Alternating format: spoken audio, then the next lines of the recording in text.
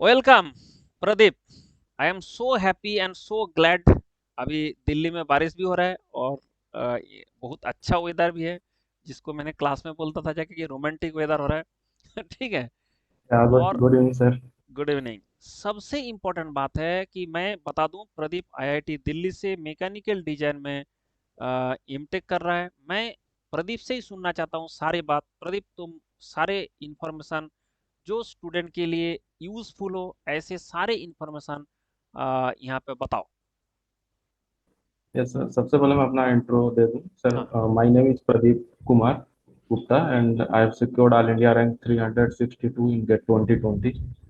Then I have taken admission in IIT Delhi in mechanical design. uh, I got placement in Mahindra and Mahindra in campus placement, and currently I am working as R&D engineer in Mahindra and Mahindra in automotive sector. Sir सबसे पहले तो ये बताऊं कि मेरे पास उस time PSU में भी जाने का ऑप्शन था, एमटेक में भी करने का था।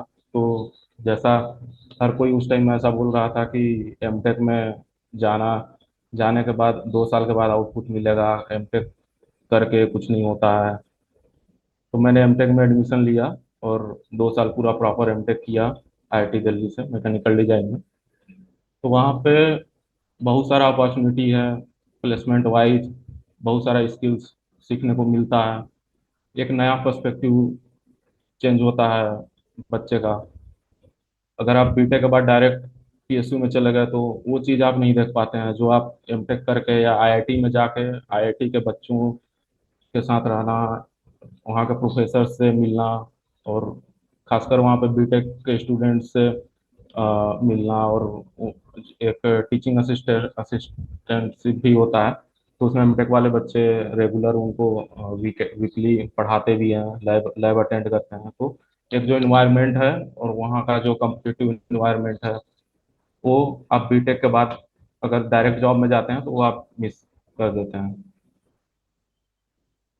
तो वहाँ पे भी प्लेसमेंट का काफ़ी अपॉर्चुनिटी है। आप पैकेज वाइज भी आप अगर कोर या नॉन कोर दो टाइप का प्लेसमेंट होता है। तो अगर आप कोर में जाना चाहते हैं तो भी 10 लाख से 20 लाख के बीच में आपका प्लेसमेंट आसानी से हो जाएगा, अगर आप मैकेनिकल डिजाइन से टेक कर रहे हैं तो। अगर आप नॉन कोर में हैं तो आपको कोई भी ब्रांच चलेगा, किसी भी ब्रांच से आप एमटेक कर सकते हैं। नॉन कोर का आप प्रिपेयर कीजिए, कोडिंग सीखिए, AI ML का कोर्स करिए, तो आप नॉन कोर में इजिली 15 आप पैकेज पा सकते हैं, 15 LPA। हम्म। मेरे कई सारे दोस्त हैं जो नॉन कोर का तैयारी किया और अच्छा जॉब अभी कर रहा। हम्म। और कोर में भी प्लेसमेंट है, जैसे ऑटोमोटिव की कंपनीज बहुत सारी आती हैं, जैसे Mercedes Benz, TVS, Mahindra and Mahindra, Caterpillar, Bajaj, hmm. GE, Hero motor, applied अच्छा। Materials, hmm. Baxter. So many companies are there in hmm. core and non-core also. In non-core, there is no limit for hmm. placement. Yes. मतलब ऐसा है कि जो market में ये फालतू बात फैला के रखा गया कि एमटेक करने से कुछ नहीं होगा, ठीक है, और बच्चे को Yes. पढ़ने का इतना डिमोटिवेट किया जाता है कि बच्चे क्या करता है कि मुझे एसएससी जेई के लिए 3-3 साल 4-4 साल लगा देता है, आईआईटी जाने का नाम नहीं लेता है। ठीक है, कुछ कुछ तो स्टेट पीसीएस निकालने के लिए वो 5-5 6-6 साल लगा रहता है, फिर भी उसको नहीं जाता है। मतलब ऐसे कॉम्पिटिटिव एग्जाम का प्रिपरेशन करके पहले तो आपको गेट और कुछ ऐसे निकालना पड़ेगा जो कि इजी है, गेट निकालना आसान है। वो निकाल के अगर आईआईटी चला जा सकते हो एंड ऐसे ब्रांच में पढ़ सकते हो, तो आपको अपॉर्चुनिटी कई गुना ज़्यादा होता है और कई गुना ज़्यादा एक्सपोजर मिलता है। दूसरा होता है कि इंटरनेशनल लेवल का एक्सपोजर आपको वहाँ से मिलता है। कुछ लोग चाहते हैं तो वहाँ से अब्रॉड जा सकता है, अब्रॉड से भी लर्निंग, मतलब आपका पीएचडी कर सकता है, कुछ और इंटर्नशिप कर सकता है, जो कभी भी आप जो 3 टायर 2 टायर कॉलेज में जा रहे थे वहाँ से सीख नहीं सकते थे। एंड जो इन्वायरमेंट है, जैसे नॉर्मल कॉलेज का जो इन्वायरमेंट है उसके साथ अगर कंपेयर किया जाए आईआईटी का environment, that is totally different. एक बहुत ही हेल्दी इन्वायरमेंट है। हर फैसिलिटी जो स्टूडेंट को मिलना चाहिए वो सारे मिलता है। ठीक है, चाहे स्पोर्ट्स हो, चाहे एडुकेशन हो, हर चीज़ आपको मिलता रहता है। तो यहाँ पे जैसे बताओ कि जो तुम लोग सॉफ्टवेयर सीखो ना, जैसे डिजाइन करने के लिए, ऐसे कौन कौन सा सॉफ्टवेयर सीखा? सर मैंने एमटेक में मेनली मेरा फाइनाइट एलिमेंट एनालिसिस के बेस पे था पूरा हाँ। एमटेक। तो हाँ। मैंने एनसी सीपीटीएल, हाइपर मेस, हम्म। मेसिंग का सॉफ्टवेयर हम्म। है, solid works, hmm. Abacus, hmm. MATLAB hmm. And Python भी मैंने सीखा। अच्छा। तो ये सब इंडस्ट्री इंडस्ट्री ओरिएंटेड सॉफ्टवेयर है, इनका इंडस्ट्री में भी यूज होता है। जैसे मैं यहाँ पे महिंद्रा में काम कर रहा हूँ, तो मैं हम्म। इन सब सॉफ्टवेयर पे यहाँ पे भी काम कर रहा हूँ। जैसे अगर अच्छा। गाड़ी का कोई कंपोनेंट है तो उसका हम्म। स्टैटिक एंड डायनेमिक एनालिसिस हम लोग करते हैं एलएस डायना पे, हाइपर मेश पे मेशिंग करते हैं, एनसिस पे एनालिसिस करते हैं। हम्म। तो हाँ। आईआईटी में आपको इंडस्ट्री ओरिएंटेड कोर्सेज भी कराए जाते हैं, उनका डायरेक्टली बेनिफिट मिलेगा आपको प्लेसमेंट में जब आपका इंटरव्यू होगा। हाँ, ये बात सबको पता दे कि जैसे आपने कहीं से एनसी सीख लिया, ऑटोकैड सीख लिया, जहां से आप सीख रहे हो उसके ऊपर डिपेंड करता है कि वो आपको इंडस्ट्री में जो एक्चुअल रिक्वायरमेंट है उसके हिसाब से सिखा रहा है, कि आपको ऐसे ही थोड़ा बहुत सिखा दे रहा है। तो देखो, कोई भी ये सॉफ्टवेयर का थोड़ा सा जानकारी से कुछ होता नहीं है। क्या आप उस जानकारी से एक डिजाइन करके दे सकता है जो कंपनी यूज कर सकता है? अगर ऐसा तक आपने सीख सकते हो, वो आईआईटी में ही सिखाया जाता है। जितना मुझे जानकारी था, ऐसे ही मैंने बार बार बताया हूँ, मैंने क्लास में भी बताया हूँ, तुम लोग को याद भी होगा कि यस सर। आईआईटी जाने के बाद दुनिया अलग है। ठीक है, मुझे भी ये इन्फॉर्मेशन जैसे तुमको मिला, जैसे बाकी सबको मिलता है, मुझे भी मिला था कि एमटेक करके कुछ होता नहीं। तो मैंने क्या किया, यस बार्क में गेट में टॉप किया, मैंने बार्क में भाभा एटॉमिक रिसर्च सेंटर में चला गया, वहाँ सिलेक्शन हो गया, एनटीपीसी में आ गया, वहाँ सिलेक्शन हो गया। तब एनटीपीसी में गेट के थ्रू नहीं था, एग्जाम दे के हो गया। तो मैं खुश होकर डीजे ला के नाच नाच के एनटीपीसी ज्वाइन कर लिया। फिर ज्वाइन करने के बाद मुझे पता चला कि मेरा अंडर एम्प्लॉयमेंट हो गया, मेरा तो वो कैपेबिलिटी जहाँ है उसका यूज ही नहीं हो रहा है। ठीक है, फिर आईएएस दिया, आईएएस बना, टॉप किया, बहुत सारे काम किया, लेकिन अगर मैं उस टाइम में आईआईएससी चला गया होता, तो मेरा जो प्रोफेशनल लेवल होता वो अलग ही होता।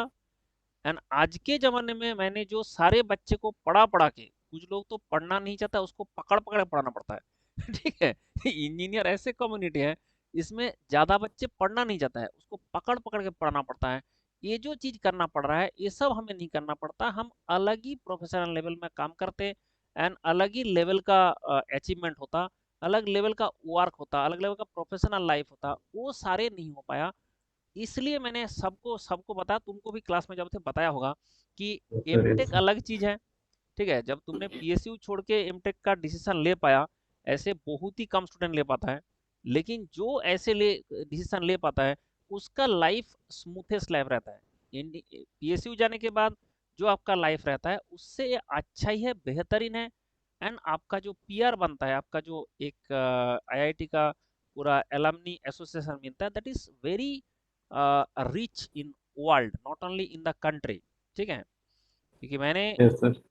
बी कॉलेज से बीटेक किया था, बंगाल इंजीनियरिंग कॉलेज, जो 1856 से है, 1856 में वो स्टेब्लिशमेंट है। तो उसके कारण मेरा जो सीनियर्स है, जैसे हम यहाँ पे मिलते हैं दिल्ली में सीआर पार्क में, मेरा सीनियर कितना कितना एज का है, 92 एज का, 92 एज का है ठीक है, मेरा सीनियर है। तो ऐसे ऐसे लोगों से हम मिलता है। तो एक इतना बड़ा हमें पूरा वर्ल्ड वाइड जो नेटवर्क मिला है एलमनी का, कि वो बहुत खतरनाक नेटवर्क है। हम जहाँ जाते हैं, हमें कहीं ना कहीं से हमें हमारे पास वो नेटवर्क का फायदा मिलता ही है। एंड एवरीवन वो चाहते हैं कि जैसे हमारा कॉलेज का है तो थोड़ा सा एक अच्छा बॉन्डिंग बन जाता है। ठीक है, तो इस टाइप का जैसे आईआईटी भी उसी टाइप का है, जो पूरा वर्ल्ड में नेटवर्क रहता है। लिंक्डइन इससे प्रोफाइल से कनेक्ट करे तो आपको सारा एक बहुत अच्छा नेटवर्क मिल जाता है। दूसरा होता है, वो तो हो गया वो तो हो गया तुम्हारा जो पर्सनल लाइफ में जैसे होता है।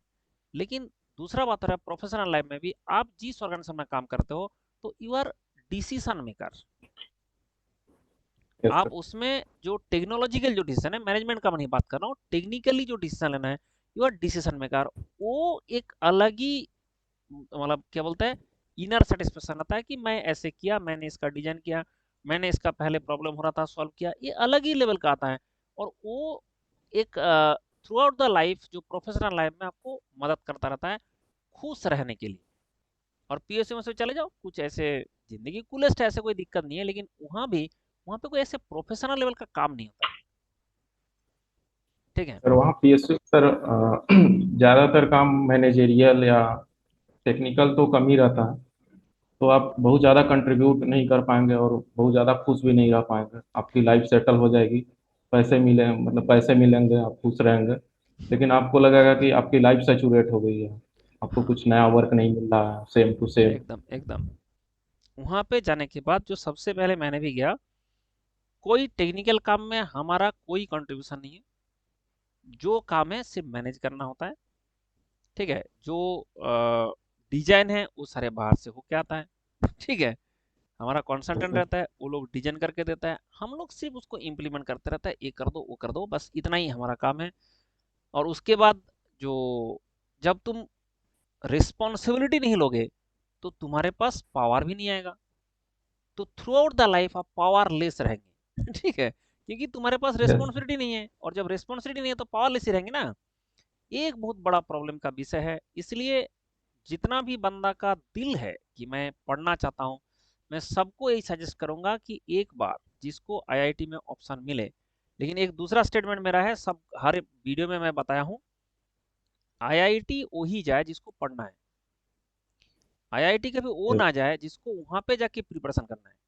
क्योंकि जो भी ऐसे गया आईआईटी में जिसको प्रिपरेशन करना है, वो दो जिंदगी खराब किया, नॉट वन।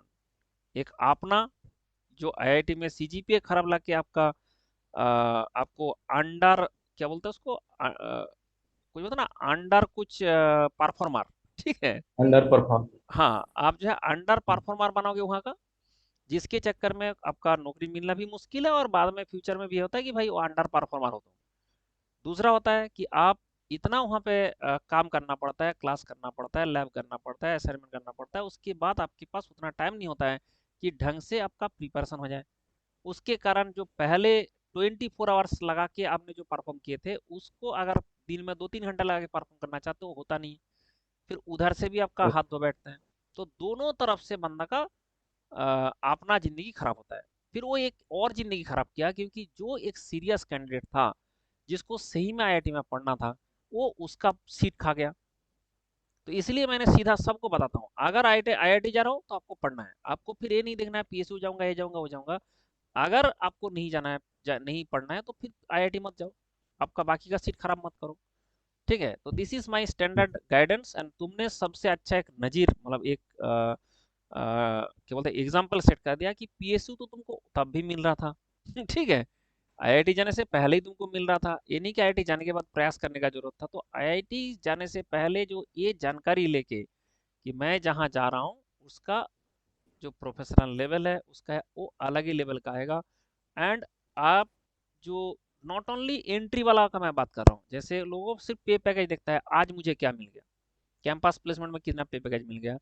भाई इसके बाद जो आप काम करते जाओगे, आपका जो ग्रोथ है लाइफ में, जो ग्रोथ है, जो आपका सैलरी का भी ग्रोथ है, वो पीएसयू से कई गुना ज्यादा होगा, अगर आपका आईआईटी से ऐसे अच्छा परफॉर्म करके जाते हो, अंडर परफॉर्मर नहीं बनते हो।